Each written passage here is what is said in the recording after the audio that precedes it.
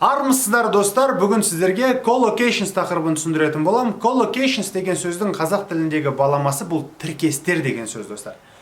Collocationстарды көбірек біліп, өміріңізде көбірек қолданған сайын сөз байлығыңыз арта түседі достар. Сөйлемдеріңіз одан сайын күрделене түседі, сұлулана түседі. Сол себепті collocationстарды жаттап біле бергеннің еш зияны жоқ, тек қана пайдасын көретін боласыздар. Бүгіннен бастап сіздерге бірте-бірте жаңағыдай белгілі бір сөздерден басталатын collocationстарды үйрететін болам. Мысалы have деген сөзден, go деген сөзден, get деген сөзден басталатын белгілі бір тіркестер бар. Сол тіркестердің тізімін үйренуді бастайық. Кеттік. Бүгін біз сіздермен have сөзінен басталатын collocationстардың мағыналарын үйренетін боламыз. To have a bath. To have a bath деген сөз шомылу деген сөз достар. To have a bath. To have a good time. To have a good time. I have a good time with you. Мен сеніменен жақсы уақыт өткіземін деген сөз.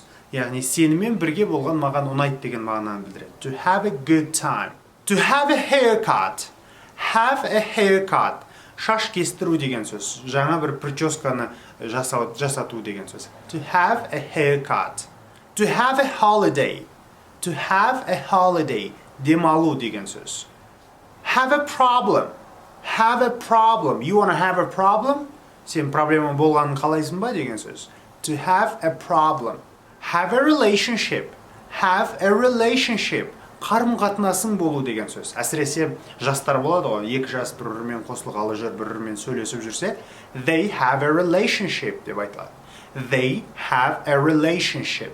Okay? To have a rest. Oh, I'm so tired. I want to have a rest.